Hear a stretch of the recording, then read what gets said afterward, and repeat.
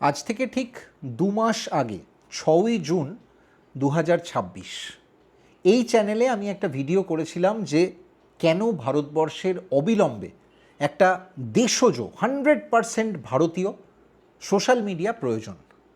সেই এপিসোডটা আমি জানি যে খুব বেশি মানুষ হয়তো দেখেননি, কিন্তু যদি আপনি সেই রকম বিরল দর্শক হন যে সেই এপিসোডটা দেখেছিলেন, তাহলে হয়তো আপনার মনে পড়বে, একটু স্মৃতিটাকে তাজা করে দিলাম। আমি জানি ওই ধরনের এপিসোড খুব বেশি মানুষ দেখেননি, হয়তো অনেকের এরকম মনে হয়েছিল যে এগুলো সবই অলীক কল্পনা, এগুলো এই রকম কোনো আলোচনা, এই টপিক নিয়ে কোনো চিন্তা ভাবনা, এগুলো সবই বালখিল্য। আবার কারুর হয়তো মনে হয়েছে না, এগুলো একেবারে এজেন্ডা ড্রিভেন, ফলে এই ধরনের কন্টেন্টকে বেশি মনোযোগ বা গুরুত্ব দেওয়ার প্রয়োজন নেই। সেখান থেকে ঠিক আজকে 2 মাস পেরিয়ে গেছে। এর 2 মাসে আমরা অনেক কিছু ঘটতে দেখেছি, রাজ্যে দেখেছি, দেশে দেখেছি এবং আন্তর্জাতিক প্রেক্ষাপটেও দেখেছি। ভূ রাজনীতির বহু চেঞ্জ দেখেছি আমরা। দেশে একটা যন্তর মন্তর এবং নিট আন্দোলনের নামে আর কি হয়েছে রাজধানীতে এবং দেশের অন্যান্য শহরগুলোতে, সেগুলো দেখেছি। প্রধানমন্ত্রী জেনজি তাকে একেবারে অন্য ভাষায়, অন্য সম্বোধনে ভরিয়ে দিয়েছে, যে সম্বোধন শুনতে শুনতে মাঝে মাঝে আমরা কানে আঙুল দিয়েছি, মানে বিস্ফারিত চোখে তাকিয়ে দেখেছি যে এও কি সম্ভব। তারপর ফাইনালি আমরা দেখেছি যে প্রধানমন্ত্রী সেটা নিয়েও একটা ভিডিও বানিয়েছেন এবং সরাসরি সেই ভিডিও বার্তায় এই নতুন প্রজন্মকে তিনি অ্যাড্রেস করেছেন। কিন্তু দুর্ভাগ্যক্রমে আমরা সেই ভিডিও কিছুক্ষণের জন্য সোশ্যাল মিডিয়া মাধ্যম, জনপ্রিয় সোশ্যাল মিডিয়া মাধ্যম যেটা প্রধানমন্ত্রী ব্যবহার করেছিলেন, সেখান থেকে ভিডিওটাকে হাওয়া হয়ে যেতে দেখলাম, উধাও হয়ে যেতে দেখলাম, ভ্যানিশ হয়ে যেতে দেখলাম। তারপর অবশ্য সেই ভিডিও ফিরে এসছে এবং সংস্থা জানিয়েছে যে এটা একেবারেই টেকনিক্যাল একটা ব্যাপার ঘটেছে অনিচ্ছাকৃত ত্রুটির কারণে। তো যাই হোক, সেই ব্যাখ্যাটায়, সেই সাফাইটায় বোধহয় সরকার খুব একটা খুশি হতে পারেনি বা সন্তুষ্ট হতে পারেনি। ফলে স্বাভাবিকভাবেই সেই সোশ্যাল মিডিয়া, অর্থাৎ এক্ষেত্রে মেটার কথা বলছি, তাদের কিন্তু সরকার তলব করেছিল যে আপনাদের থেকে কিছু বিষয়ে জানতে চাই, পরিষ্কার হওয়া দরকার। সেই ঘটনার প্রেক্ষাপটে আজ ঠিক 2 মাসের মাথায়, অর্থাৎ যে ভিডিওটার কথা বলে শুরু করলাম, আজকে 6ই অগস্ট ভারত সরকারের কাছে ক্ষমা চাইলেন মার্ক জুকারবার্গ। এই খবরটা হয়তো এই মুহূর্তে দেশে অন্য যে খবরগুলো হেডলাইন, তার পাশাপাশি প্যারালালি আপনাকেও নাড়া দিয়ে গেল।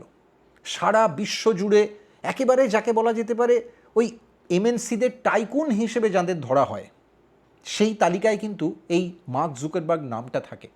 ফেসবুক, ইনস্টাগ্রাম এবং মেটার অন্যান্য আরও যে সমস্ত প্রোডাক্ট আছে, সেই সব কিছুর, সেই কোম্পানির একেবারে শীর্ষ বিন্দুতে বসে আছেন এই ভদ্রলোক।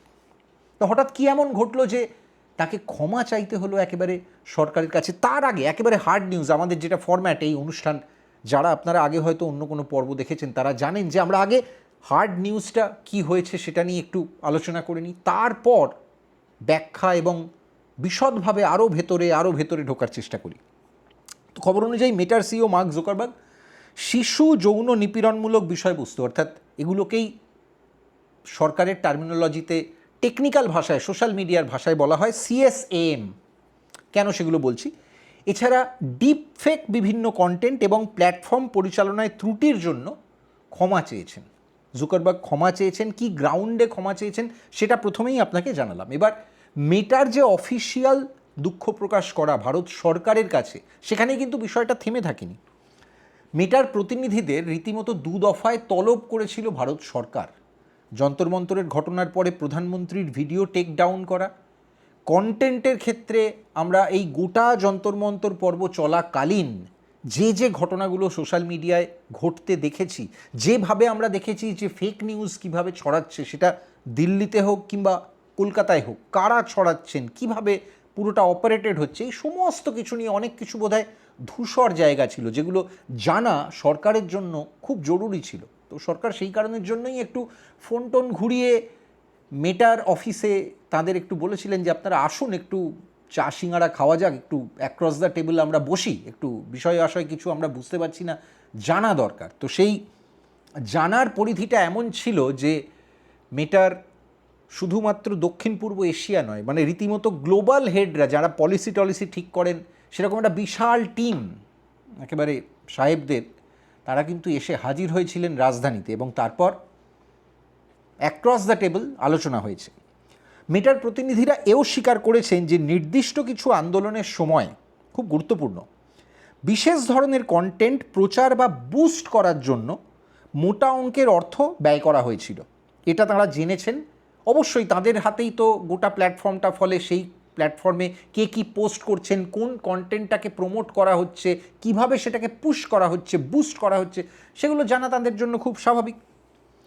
করা হয়েছিল, মোটা অঙ্কের অর্থ ব্যয় করা হয়েছিল এবং তারা এই ভুলের জন্য দুঃখ প্রকাশ করছেন। এটা কিন্তু ওই মেটার যে প্রতিনিধি দল এসেছিল তাদের এটা অফিসিয়াল স্টেটমেন্ট। আগে আমি খবরগুলো বলছি। এখন ভারতীয় আইন মেনে চলা কন্টেন্ট মডারেশন, শিশু যৌন নিপীড়নমূলক বিষয়বস্তু মানে সিএসএম যেটার কথা বলছিলাম, খুব গুরুত্বপূর্ণ। এর পাশাপাশি আরও একটা জিনিস খুব গুরুত্বপূর্ণ, এআই নির্মিত কন্টেন্ট, যেগুলো আমরা ইদানিং একেবারে ছেয়ে যেতে দেখছি যে কোনো সোশ্যাল মিডিয়াতে। এআই এর মাধ্যমে যে ভিডিওগুলো তৈরি হচ্ছে এবং সেই ভিডিওগুলো এতটাই রিয়েলিস্টিক, এতটাই সত্যির কাছাকাছি যে এক ঝলকে দেখে অনেক সময় আমাদের হিউম্যান আই, আমাদের মানুষের চোখ ফারাক করতে পারছে না যে কোন ছবিটা অরিজিনাল কেউ একজন ক্যামেরায় শ্যুট করেছেন বা ছবিটা তুলেছেন, নাকি সেটা কোনো সফটওয়্যারের মাধ্যমে, কোনো এআই মাধ্যমে বানানো হয়েছে। তো এই ধরনের অনেক কন্টেন্ট আছে। তো এই এআই নির্মিত কন্টেন্ট সংক্রান্ত সুরক্ষা ব্যবস্থা নিয়ে আলোচনার জন্য মেটার শীর্ষস্থানীয় কর্মকর্তারা সরকারি প্রতিনিধিদের সঙ্গে বৈঠক করার প্রেক্ষাপটে এই ঘটনাটি সামনে এলো। সরকার ইঙ্গিত দিয়েছে, খুব গুরুত্বপূর্ণ, মেটা হয়তো ইন্টারমিডিয়ারি বা মধ্যস্থতাকারী হিসেবে স্বীকৃত যে একটা রক্ষা কবচ, আমরা বাংলা শব্দ খুব ব্যবহৃত, যেটা আপনাদের বুঝতে খুব সুবিধে হবে, এতদিন পেত, সেই রক্ষা কবচটাকে বলা হয় টেকনিক্যাল টার্মসে, মানে এই সোশ্যাল মিডিয়া বা এই আইটি সংক্রান্ত যে আইন আছে সেই লিগ্যাল টার্মসে সেটাকে বলা হয় সেফ হারবার ল। তো এই সেফ হারবার সুরক্ষা পাওয়ার যোগ্য আগামী দিনে মেটা নাও থাকতে পারে, কারণ এই প্ল্যাটফর্মটাই ঠিক করে যে কারা কোন কন্টেন্ট দেখতে পাবে। খুব ইন্টারেস্টিং, এবং এই প্রত্যেকটা প্যারা ধরে ধরে যেটা আপনাদের বলছি তার প্রত্যেকটার কী কী ইমপ্লিকেশান হবে সেই ব্যাখ্যাতেও আসবো একটু পরে। ফেসবুকে প্রধানমন্ত্রীর ভিডিও সীমাবদ্ধ বা আটকে দেওয়ার ঘটনায় জাকারবার্গের কাছে প্রকাশ্যে ক্ষমা চাওয়ার জন্যও মোদী সরকার দাবি জানিয়েছিল, এবং তারই এফেক্ট হিসেবে, তারই ফলাফল আমরা সরাসরি দেখলাম যে 6ই আগস্ট 2026 মার্ক জুকারবার্গকে কিন্তু নমনীয় হতে হলো, বেঁকতে হলো। সবটাই অবশ্যই কেন সেটা তো বলবো আপনাদের। তো তিনি একবারে নিঃশর্তে ক্ষমা চাইলেন। মোদী সরকার কঠোর অবস্থান নেওয়ার সঙ্গে সঙ্গেই পরিস্থিতি বদলাতে শুরু করেছে। ওই আন্দোলনের, যন্তর মন্তর আন্দোলনের নেপথ্যে সোশ্যাল মিডিয়ায় আর কি কি ঘটছিল সেগুলোও বোধহয় আমরা ক্রমশ পরতে পরতে পেঁয়াজের খোসা ছাড়ানোর মতো এবার জানতে পারবো। ভালো কথা, এই হচ্ছে খবর। এবার চলে আসি একটা ছোট্ট বিষয়। আজকে মেটার যে প্রতিনিধিদের ডাকা হলো সেটা কি শুধু যন্তর মন্তরের কারণে? উত্তরটা না। যারা ভাবার চেষ্টা করছেন বা বোঝার চেষ্টা করছেন ব্যাপারটা এতটাই সরল তা কিন্তু নয়। আজ থেকে প্রায় মাসখানেক আগে যদি একটু পিছিয়ে যাই, তাহলে যখন গোটা দেশ জুড়ে যন্তর মন্তরের মতো একটা সার্কাসই বলি চলছিল, যেটা শুরু হয়েছিল একটা ছাত্রদের খুব ন্যায্য দাবি দাওয়া নিয়ে, নিট এবং তাকে ঘিরে যে অনিয়ম সেটার বিরুদ্ধে ছাত্ররা রাস্তায় নেমেছিল প্রতিবাদ করতে, প্রতিরোধ গড়ে তুলতে, তার মধ্যে কোনো ভুল নেই। যে কোনো গণতান্ত্রিক দেশে সেই প্রতিবাদের পরিসরটুকু তো বেঁচে থাকা খুব জরুরি। এটাই তো একটা সুস্থ, শক্তিশালী, বিশাল ডেমোক্রেসি বা গণতন্ত্রের বলা যেতে পারে সবথেকে সুস্থ থাকার ইঙ্গিত। কিন্তু তারপর আমরা যে দেখলাম, যেটা মানে একটা এই ধরনের প্রতিরোধ আগে শুরু হয়, তারপর আমরা সেই প্রতিরোধে কিছু দাগি মুখকে পৌঁছে যেতে দেখি। কখনো সেই দাগি মুখের নাম কুনাল কামরা, কখনো শাবানা আজমি, কখনো দিয়া মির্জা স্টেটমেন্ট দেন, সোনাক্ষী সিনহা ভিডিও বানান, রাবিশ কুমার তাই নিয়ে বলতে আরম্ভ করেন। আরও এই ইকোসিস্টেমে, বামপন্থী ইকোসিস্টেমে তো আরও প্রচুর মানুষজন আছেন। তো অবভিয়াসলি সেই একই টিউন, সেই একই কাটা রেকর্ড আমরা তারপরে দেখতে শুরু করলাম। স্বরা ভাস্কর পৌঁছে গেলেন, নিবেদিতা মেনন বক্তব্য রাখা শুরু করে দিলেন।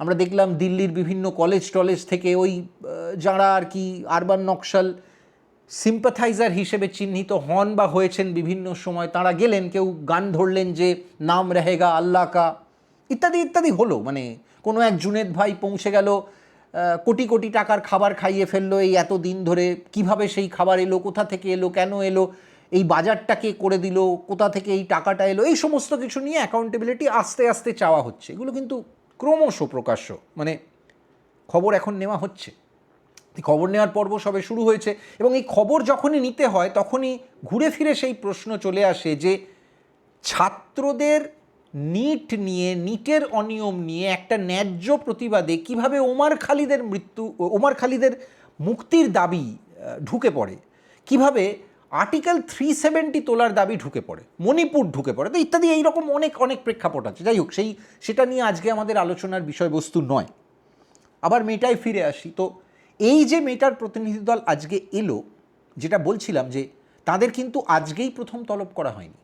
1 মাস আগেও সরকার এই সংস্থাগুলোকে, মাল্টিন্যাশনাল কোম্পানিগুলোকে রীতিমতো একটা ওয়ার্নিং দিয়েছিল, একটা চিঠি পাঠিয়েছিল। সেই তালিকায় তখন কিন্তু সিগন্যাল ছিল, টেলিগ্রাম ছিল, ইনস্টাগ্রাম ছিল, অনেক সংস্থা ছিল, হোয়াটসঅ্যাপও ছিল।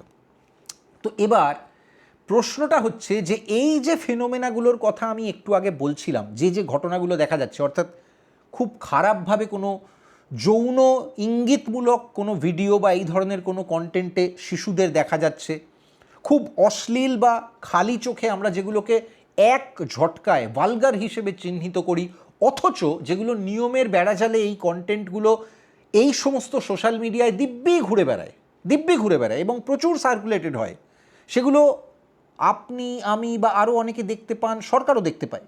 তো ফলে অবশ্যই এই প্রশ্নগুলো ওঠে যে এই কন্টেন্টগুলো কিভাবে ছড়াচ্ছে। আরও একটা জিনিস খুব গুরুত্বপূর্ণভাবে ছড়ায়। ধরুন আজকে আপনি কোনো একটা ভালো প্রজেকশানে ভারতবর্ষকে নিয়ে ভিডিও বানালেন, ভারতবর্ষকে নিয়ে হতে পারে বা যে কোনো ইতিবাচক সাবজেক্ট নিয়ে হতে পারে, আপনি দেখবেন যে সেই ধরনের কন্টেন্ট কিন্তু আমরা এর আগেও আলোচনা করেছিলাম যে সেই ধরনের কন্টেন্ট কিন্তু এই সোশ্যাল মিডিয়া প্ল্যাটফর্মগুলোয় খুব বেশি সহজে সার্কুলেট হয় না। একদম হয় না বলছি না, নিশ্চয়ই সেই ধরনের কিছু কন্টেন্টও প্রচুর ট্র্যাকশন পায়, শেয়ার হয়, ভালো কন্টেন্টও অবশ্যই মানুষের কাছে পৌঁছয়, কিন্তু শুধু ভালো পৌঁছয় না। ভালো কন্টেন্ট বহু সংখ্যক মানুষের কাছে পৌঁছতে গেলে তাকে অনেক কঠিন ঢেউ পেরোতে যেতে হয়। কিন্তু উল্টো দিকে তুলনামূলকভাবে আপনি একটু তাকিয়ে দেখুন, এই যে আমরা মাঝে মাঝেই বলি না যে কম জামা কাপড় পরে একটা শ্রেণী ভারতবর্ষে এসছে, যারা সকাল সকাল উঠে আপনি দেখতে পাবেন যে তারা যা ইচ্ছে করেন, যা কিছু, মানে weather it make sense or not সেটা কিছু ম্যাটার করে না, তারা এই ধরনের কিছু একটা করেন এবং সেই কন্টেন্টগুলো একেবারে দাবানলের মতো ভাইরাল হয় এবং রাতারাতি তাদের হয়তো আপনি কোনো প্রতিভার আলাদা কোনো বিচ্ছুরণ দেখতে পাবেন না, যে তারা কোনো বিষয় বা কোনো পার্টিকুলার কোনো টপিক নিয়ে তারা তাদের প্রতিভার পরিচয় দিচ্ছেন, সেটা কিন্তু নয়। কেউ এসে দাঁড়াচ্ছেন, ঘুরছেন, সেই কন্টেন্ট নাকি মিলিয়ন ভিউ হয়ে যাচ্ছে। এই ধরনের ঘটনাগুলো আমরা সোশ্যাল মিডিয়া আসার পর প্রথম দেখতে পেয়েছি। মানে নাচ জানার জন্য আপনাকে যে সবসময় হেমা মালিনী কি বৈজয়ন্তীমালার মতোই নাচতে হবে সেটা কিন্তু গুরুত্বপূর্ণ নয়। যিনি নাচতে জানেন না, অনেক সময় দেখা যাচ্ছে ওই উঠোন বাঁকা টাকা নয়, মানে এখানে গোটা সিস্টেমটাই এতটা বাঁকা, আপনাকে বাঁকা চোখ দিয়ে সেটাকে সন্দেহের তালিকাতেই দেখতে হবে, কারণ তা না হলে আপনি এর ব্যাখ্যা খুঁজে পাবেন না। এই যে এত আবর্জনার মতো কন্টেন্ট, এত ভালগার কন্টেন্ট, এত অশ্লীল কন্টেন্ট, সেগুলো কিভাবে সার্কুলেট হয় যদি আজকে একটা প্ল্যাটফর্ম বা যে সংস্থার প্ল্যাটফর্মে এই কন্টেন্ট সার্কুলেট হচ্ছে তারা দায়িত্ব নিতে না চায়?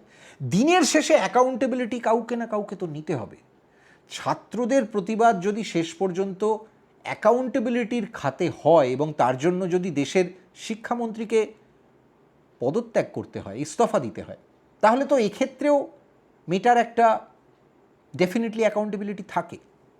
এখন প্রশ্ন হচ্ছে, আজকের এই বিষয়টা নিয়ে আলোচনা করতে করতে আমি আপনাদের একটা শব্দ বলেছিলাম কিছুক্ষণ আগে, ওই যে একটা সেফ হারবারের কথা বলছিলাম, ওই ব্যাপারটা কি জানেন তো, ওটা খুব গুরুত্বপূর্ণ।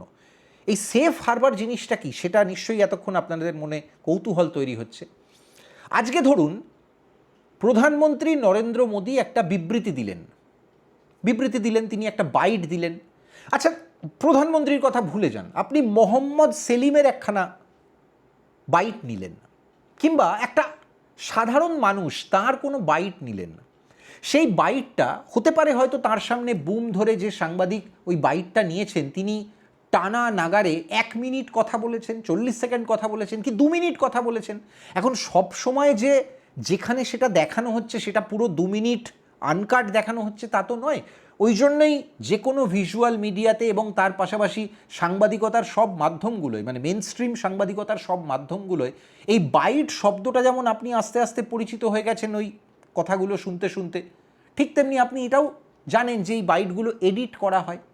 এখন যে চ্যানেল বাইটটা নিল কোনো ব্যক্তির, তাদের একটা এডিটোরিয়াল পলিসি থাকে এবং সেই পলিসির অনুযায়ী তারা যে অ্যাঙ্গেলে সেই স্টোরিটা আপনার সামনে প্রেজেন্ট করছে, যেভাবে সেই খবরটা আপনার সামনে তুলে ধরছে, তারা কিন্তু ওই বাইটের একটা নির্বাচিত অংশ আপনাকে দেখায়।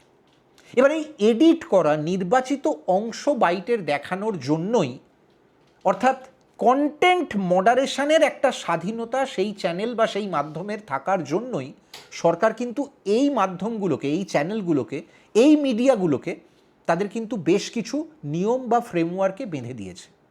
এখন এই যে নিয়ম, এই যে ফ্রেমওয়ার্ক, এই যে বাঁধন, যেগুলো এই সমস্ত মিডিয়াকে, মেন স্ট্রিম মিডিয়াকে ফলো করতে হয়, আপনি প্রশ্ন করতেই পারেন যে সেখান থেকে ফেসবুক বলুন, মেটা মানে ইনস্টাগ্রাম বা আরও অন্যান্য যে সমস্ত সোশ্যাল মিডিয়ার মাধ্যমগুলো আছে তারা আলাদা কেন? তারা কি এই নিয়মের আওতায় পড়ে? আনসার হচ্ছে না, তারা এই নিয়মের বেড়াজালে কিন্তু পড়ে না। তাদের যে অতিরিক্ত রক্ষা কবচটা এতদিন ধরে ছিল বা এখনও আছে, সেটা হচ্ছে এই সেফ হারবার, যেটার কথা বারবার ফিরে আসছে। এখন এই সেফ হারবার বলে এই সংস্থাগুলো সবসময় এই ধরনের কোনো ঘটনার ক্ষেত্রে একটা যুক্তি দেয়, দেখুন আমরা তো কোনো কন্টেন্ট বানাচ্ছি না, আমরা তৈরি করছি না, আমরা প্রস্তুতকারক নই, আমরা ক্রিয়েটার নই। ক্রিয়েটার যারা, তারা সাধারণ মানুষ, আমাদের এই প্ল্যাটফর্মের উপভোক্তা, তারা কন্টেন্ট তৈরি করছেন বা অন্য কারুর কন্টেন্ট মডারেট করছেন এবং তারপর সেই কন্টেন্টটা আমাদের প্ল্যাটফর্মে পোস্ট হচ্ছে। এবার যেহেতু সেটা প্ল্যাটফর্মে পোস্ট হচ্ছে, আমরা একটা গোদা, মানে একেবারে মোটা মোটা ধরুন 4-5টা পয়েন্টে এই জিনিসগুলো আপনি করতে পারবেন না, একদম সরাসরি এরকম হয়তো 4টে বা 5টা রেগুলেশন রেখে দিয়েছি যে এই রকম কিছু থাকলে সেই কন্টেন্ট চালানো যাবে না। এর বেশি আমরা কিন্তু খুব কড়াকড়ি কিছু করি না। অর্থাৎ মিস্টার এক্স বা মিস্টার ওয়াই যিনি এই রকম কিছু কন্টেন্ট বানান না কেন, তিনি একটা কন্টেন্ট তার অ্যাকাউন্ট থেকে পোস্ট করলেন, তার প্রোফাইল থেকে পোস্ট করলেন এবং তারপর সেটা অ্যালগরিদমের যে স্বাভাবিক নিয়ম, তাতে প্ল্যাটফর্মে যাদের যাদের সেই কন্টেন্টটায় রুচি থাকতে পারে মনে হয়, প্ল্যাটফর্ম তাদের কাছে এই কন্টেন্ট পৌঁছে দেয়। এই নিয়মের মধ্যে অবশ্যই খবরের ডান দিকও পড়ে। এখন আপনি প্রশ্ন করতেই পারেন যে তাহলে খবরের ডান দিকের কোনো একটা পর্ব যদি 50 জন মানুষ দেখেন, তাহলে ধরে নেওয়া যেতে পারে যে 50 জনের বেশি মানুষ প্ল্যাটফর্মে ওই কন্টেন্টটায় রুচি দেখাননি। আবার কোনো একটা কন্টেন্ট যদি 5 লাখ মানুষ দেখেন, তাহলে ধরে নিতে হবে প্রচুর মানুষ সেটাতে রুচি নিয়েছেন। বিষয়টা কি সত্যি এতটা সিম্পল? বিষয়টা কি সত্যি এত সরল? উত্তরটা বোধহয় না। এবং সরকার ওই একটা জায়গাতেই এই সমস্ত সোশ্যাল মিডিয়া প্ল্যাটফর্মগুলোকে একেবারে ঘিরে ধরছে এই মুহূর্তে। আজকের যে মেটার প্রতিনিধিদের সঙ্গে বৈঠক, সেখানে আমি বা আপনি কেউ হাজির ছিলাম না, কিন্তু আমরা খুব সহজে বুঝতে পারছি হয়তো আগামী কয়েকদিনের মধ্যে আপনি এই ভেতরের খবরগুলো আরও যত বাইরে আসতে থাকবে, তখন জানতে পারবেন যে এই ক্রোনোলজিতে পুরো বিষয়টা চলছে। সরকারের প্রসঙ্গটা খুব সিম্পল। সরকারের তরফ থেকে যে বক্তব্যটা এক্ষেত্রে উঠে আসছে, যেটা এই সোশ্যাল মিডিয়া প্ল্যাটফর্মগুলোকে রীতিমতো ব্যাকফুটে ঠেলে দিয়েছে, যে ঠিক আছে মানলাম যে তোমরা কন্টেন্ট নিজেরা তৈরি করছো না, কিন্তু কন্টেন্ট যদি এও বানায় বিও বানায়, বিয়ের কন্টেন্টটা বেশি প্রচারিত হবে বা বেশি মানুষের কাছে পৌঁছবে আর এর কন্টেন্টটা কম মানুষের কাছে পৌঁছবে, এটা তোমরা কোন নিয়মে বা কোন অ্যালগরিদমে ঠিক করছো? এখন এই জায়গাটাতে মেটা বলুন বা বাকি সোশ্যাল মিডিয়া প্ল্যাটফর্মগুলো অবশ্যই ফেঁসে যায়, কারণ এদের ওই একটা অদ্ভুত প্রোটোকলের রক্ষা কবচ সবসময় দরকার হয়। যে কোনো সাংবাদিক যেমন আপনাকে কথায় কথায় বলেন না যে আমরা সোর্স ডিসক্লোজ করতে বাধ্য নই, ঠিক তেমনি এই বিজনেস হাউসগুলো, হাজার হলেও মাথায় রাখবেন যে এরা সোশ্যাল মিডিয়া বা যে কোনো ধরনের মিডিয়ার ব্যবসার সঙ্গে জড়িয়ে থাকলেও দিনের শেষে কিন্তু এরা বিজনেস হাউস। আর এদের সব থেকে স্পর্শকাতর জায়গাটা হলো এদের অ্যালগরিদম কিভাবে অপারেট করে, সেটা কিছুতেই এরা আপনাকে সরাসরি মুখ খুলে বলতে চায় না। আর এই জায়গাটাতেই এবার সব থেকে প্রবল চাপ আসছে। কারণ সরকার জানতে চায় যে প্রধানমন্ত্রী দেশের প্রজন্ম যদি কোনো কারণে অসন্তুষ্ট হয় তাহলে তাদের অসন্তোষ প্রশমন করার জন্য যে ভিডিও বানান সেই ভিডিও কিভাবে একটা কন্টেন্ট প্ল্যাটফর্ম সরিয়ে দিতে পারে, রাতারাতি গায়েব করে দিতে পারে। তাহলে আমি আপনি তো কোন ছাড়?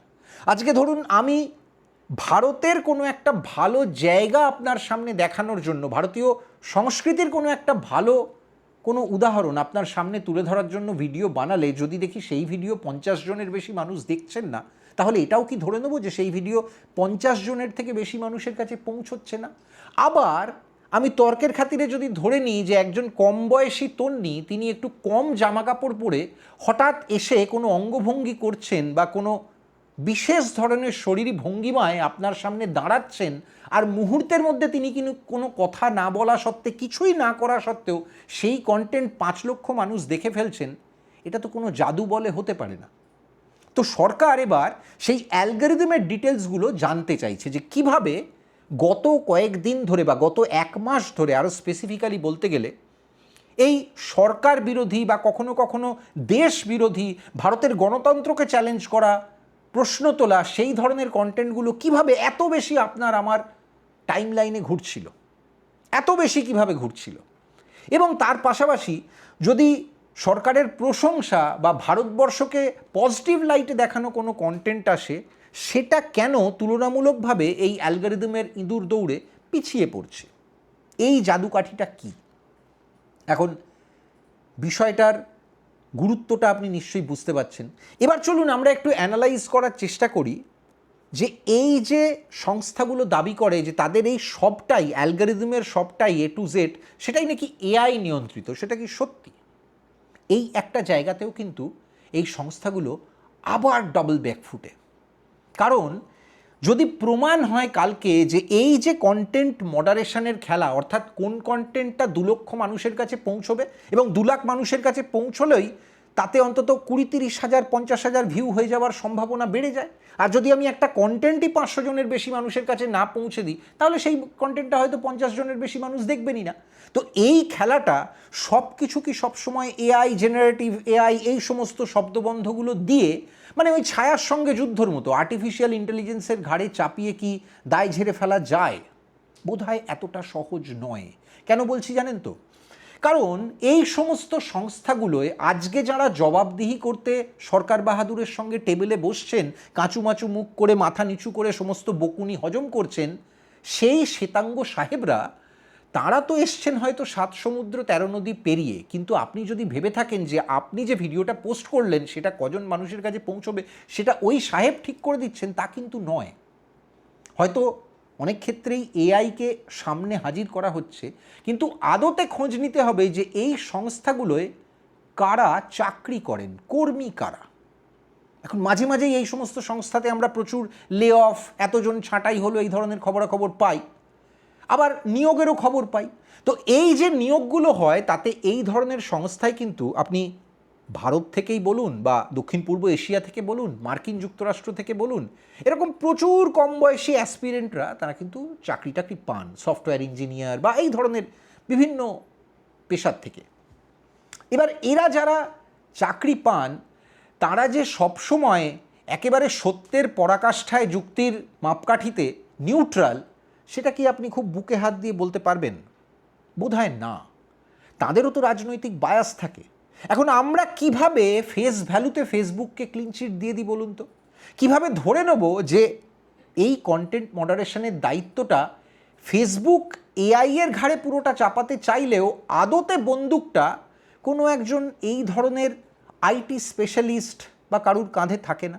এখন হতেই পারে, আমি তর্কের খাতিরে ধরে নিচ্ছি যে তিনি হয়তো যাদবপুরের প্রাক্তনী, হয়তো যাদবপুরে পড়াকালীন তিনি SFI বা এই ধরনের কোনো বাম রাজনীতির সঙ্গে যুক্ত ছিলেন, তারপরে বহু বছর তিনি তারপরে পড়াশুনো করতে করতে করতে করতে হয়তো সক্রিয় রাজনীতিতে আর থাকেননি, তারপর মার্কিন মুলুকে চলে গেছেন, তারপরে মেটায় হয়তো চাকরিও পেয়েছেন, এই অবধি খুব ভালো। তারপর মেটার কিউবিকলে বসে যখন কন্টেন্ট মডারেশনের দায়িত্বটা তার কাছে পড়ছে, তখন তার মধ্যে সেই 11 বছরের পুরনো যাদবপুর ইউনিভার্সিটির যে ইনস্টিংক্টটা, সেটা আবার রিজুভিনেটেড হচ্ছে না, সেটা আবার ফিরে আসছে না। এটা কি সত্যি হতে পারে না? একটু ভেবে দেখুন তো, মস্তিষ্কে একটু জোর লাগান। আচ্ছা, এটাও ভাবার চেষ্টা করুন, আরও গুরুত্বপূর্ণ, যে আজকে সরকার এই যে মেটার প্রতিনিধিদের ডেকে এতগুলো কথা বললো বা এত কিছু জানতে চাইলো, কৈফিয়ত তলব করলো, এটাকে আমরা ফুটবলের ভাষায় এক কথায় কি বলতে পারি? দেখুন, আমার কাছে কিন্তু এই বিষয়টা একেবারেই হলুদ কার্ডের মতো। কেন হলুদ কার্ড বলছি? কারণ ফুটবলে কিন্তু জোড়া হলুদ কার্ড অনেক সময় লাল কার্ড হয়ে যায়। লাল কার্ড মানে ওই দ্বিতীয় হলুদ কার্ডটা দেখার সঙ্গে সঙ্গেই কিন্তু মাঠ ছেড়ে বেরিয়ে যেতে হয়। তাহলে এখন আপনি প্রশ্ন তুলতেই পারেন যে আমি কি তাহলে ইঙ্গিত দিচ্ছি এরপর মেটাকেও একটা আলটিমেটাম দিয়ে দেওয়া হতেই পারে? আমরা জানি না, হয়তো হতে পারে। কিন্তু মেটাকে আলটিমেটাম দেওয়ার প্রশ্নটা আসার সঙ্গে সঙ্গেই এই প্রসঙ্গটাও মাথায় রাখতে হবে যে মেটা কতটা বার্গেনিং টার্মসে আছে। আজকে একটা ছোট্ট উদাহরণ দিই। পৃথিবীর সেরা ইকোনমিগুলোর মধ্যে আপনি ধরুন মার্কিন যুক্তরাষ্ট্র, মার্কিন যুক্তরাষ্ট্রের ডিপ স্টেট, মার্কিন যুক্তরাষ্ট্রের যারা পলিসি মেকার, অবশ্যই বারবার অভিযোগ করা হয় যে তাদের একটা প্রভাব কিন্তু মেটা বা এই ধরনের বিভিন্ন কোম্পানির ম্যানেজমেন্ট এবং তাদের বকলমে অন্য বিভিন্ন দেশগুলোর ওপর সোশ্যাল মিডিয়ার মাধ্যমে একটা প্রচ্ছন্ন তার একটা চাপ থাকে। যদি সেই কথাটা সত্যি বলে ধরে নিই, এগুলো যদিও খুব প্রমাণ সাপেক্ষ, এগুলো সব কিছুতে এইভাবে একেবারে সাদা কালোয় হাতে কলমে প্রমাণ করা যায় না, তো আমরা ধরে নিচ্ছি সেই প্রভাব মেটার ওপরেও থাকতে পারে বা অন্য কোনো সোশ্যাল মিডিয়ার ওপর থাকতে পারে। এখন আপনাকে মাথায় রাখতে হবে যে সেই প্রভাবটার কথা মাথায় রেখেই কিন্তু পৃথিবীর দুটো খুব বড় অর্থনীতি, সেই অর্থনীতিগুলোর মধ্যে একটা রাশিয়া আর একটা চীন, তারা কিন্তু এই ধরনের কোনো আমেরিকান কোম্পানিকে এই অ্যাক্সেসটা তাদের দেশে সোশ্যাল মিডিয়া চালানোর জন্য দেয় না। আপনি রাশিয়াতেও ফেসবুক চালাতে পারবেন না, আপনি চীনেও পাবেন না, ইনস্টাগ্রামও পাবেন না। আপনি সেখানে কিন্তু অন্যান্য পপুলার ইউটিউব বা অন্যান্য বিভিন্ন পপুলার সোশ্যাল মিডিয়াগুলো যেগুলো আমাদের কাছে খুব পরিচিত, সেগুলো কিন্তু ওখানে পাবেন না। তার পরিবর্তে তাদের দেশগুলোতে নিজস্ব সোশ্যাল মিডিয়া আছে। এখন তার ভালো দিক খারাপ দিক সেই সংক্রান্ত বিস্তীর্ণ আলোচনা আমরা কিন্তু ইতিমধ্যেই করে ফেলেছি।